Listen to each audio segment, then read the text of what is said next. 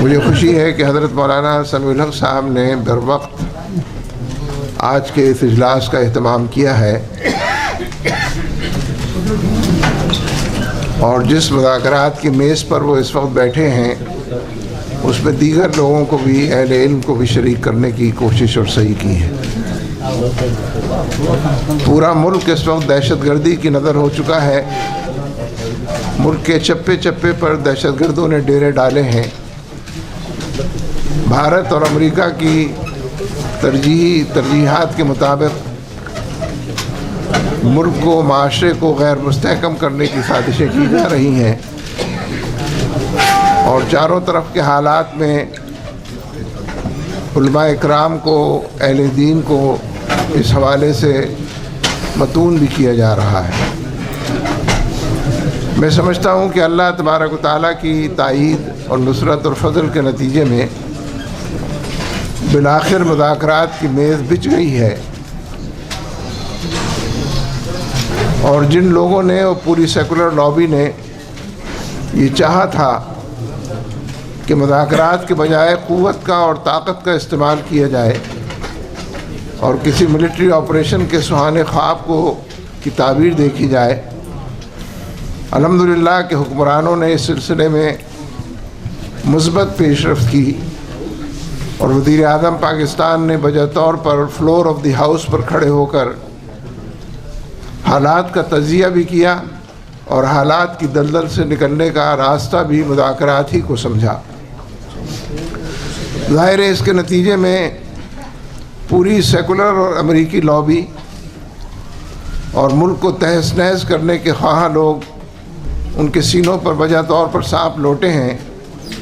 لیکن جیسا کہ حضرت مولانا سمیع الحق صاحب نے ارشاد فرمایا کہ ہمیں بڑے احتیاط کے ساتھ اور تدبر کے ساتھ، معاملہ فہمی کے ساتھ، دور اندیشی، دور بینی کے ساتھ چلنے کی ضرورت ہے، اور حالات میں سے راستہ بنانے کی ضرورت ہے۔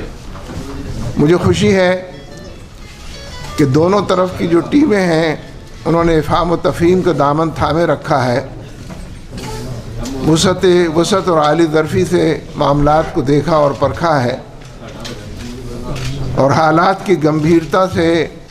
نکلنے کے لیے مل جل کر تدابیر اختیار کی ہیں۔ یہ بات یقینی طور پر سب کی زبان پر ہے کہ سیز فائر کا فیصلہ فوری طور پر ہونا چاہیے۔ حالانکہ یہ بات بھی لوگ جانتے ہیں کہ ایک لمبے عرصے کی دہشت گردی اور حالات کی خرابی کو اچانک کسی بٹن کو دبا کر ختم نہیں کیا جا سکتا۔ ان گنت معاملات ہیں جن کے اندر بڑا الجھاؤ پایا جاتا ہے، ان کو سلجھانے کی بھی ضرورت ہے۔ جو کمیٹی طالبان نے مقرر کی ہے اور جو کمیٹی حکومت کی طرف سے مقرر ہوئی ہے، ابھی تک ان دونوں نے فی الحقیقت معاملہ فہمی کو ترجیح دی ہے اور حالات کی بہتری کی طرف رخ کیا ہے۔ مسلسل ملک کے اندر یہ بات پھیلائی جا رہی ہے کہ مذاکرات اگر ناکام ہوتے ہیں تو اس کے بعد قوت اور طاقت کا استعمال ہی مسئلے کا حل ہے۔ ممبر و محراب سے یہ صدا بلند ہونی چاہیے، گنبد و مینار سے اس کی گواہی لینی چاہیے، اور بڑے پیمانے پر ہمیں اس بارے میں اپنی ذمہ داری ادا کرنی چاہیے کہ مذاکرات کا بدل،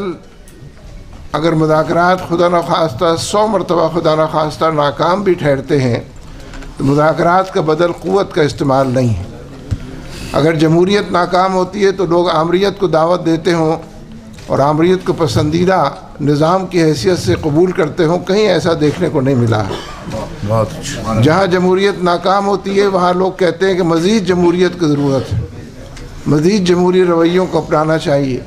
اور جمہوریت کے بساط کو لپیٹ دینے کے بجائے زیادہ فراخ دلی کے ساتھ اس کا ساتھ دینا چاہیے۔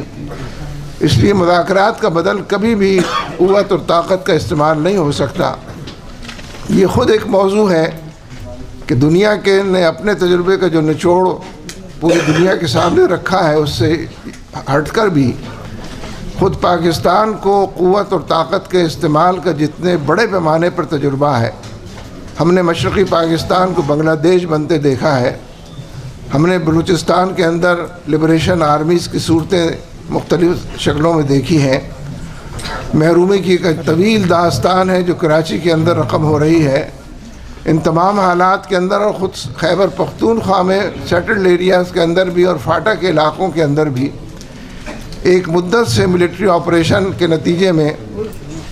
جو کچھ ہو رہا ہے وہ کسی سے مخفی نہیں ہے۔ ہم جب ملٹری آپریشن کی مخالفت کرتے ہیں تو عملاً ملٹری کی تائید کر رہے ہوتے ہیں، اس لیے کہ عوام اور فوج کے درمیان نفرتیں پیدا کرنے کے لیے، فاصلے بڑھانے کے لیے، خلیج کو وسیع کرنے کے لیے، ان گنت نئی کہانیاں جنم دینے کے لیے جو لوگ یہ چاہتے ہیں کہ ان دونوں کو آمنے سامنے کر دیا جائے۔ ہماری کوشش مسلسل یہ ہونی چاہیے کہ قوت اور طاقت کا استعمال نہ ماضی قریب اور بعید میں، نہ ہمارے اپنے ملک میں، نہ کسی اور ملک کے اندر کسی مسئلے کو حل کر سکا ہے، نہ آج کسی مسئلے کا حل ہو سکتا ہے۔ اس لیے مذاکرات کے لیے تندہی سے کوشاں بھی رہنا چاہیے۔ جتنے ہوم ورک کی ضرورت ہے اور جتنے معاملات کو اسٹاک ٹیکنگ کی احاطہ کرنے کی ضرورت ہے اس کا بھی مظاہرہ کرنا چاہیے۔ میں مولانا سمیع الحق صاحب کو اور ان کی ٹیم کو مبارکباد پیش کرتا ہوں کہ انہوں نے جذبات سے قطع نظر کرتے ہوئے اور پرجوش ہونے کے باوجود ہوش کا دامن تھامے رکھتے ہوئے جن کیفیات کو اپنایا ہے وہ فی الحقیقت مذاکرات کی کامیابی پر انشاءاللہ منتج ہوں گی۔ ہمیں اونٹ کو رسی سے بھی باندھنا چاہیے اور اپنے رب سے دعا بھی کرنی چاہیے، اور اس دونوں کاموں کے لیے آج کی اس کانفرنس کا انعقاد میں سمجھتا ہوں نہایت مبارک ہے، خوشکن ہے، اور آنے والے حالات کے اندر اس فورم کو زیادہ مضبوط بھی کرنا چاہیے، اور علماء کی پشتیبانی کے نتیجے میں، منبر و محراب کی صداؤں کی بلندی کے نتیجے میں ہمیں امید ہے کہ انشاءاللہ اللہ تعالیٰ پوری قوم پر، معاشرے پر فضل فرمائے گا اور حالات کی بے یقینی سے ہم کو یقین کی دولت سے مالا مال فرمائے گا۔ وآخر دعوانا ان الحمدللہ رب العالمین۔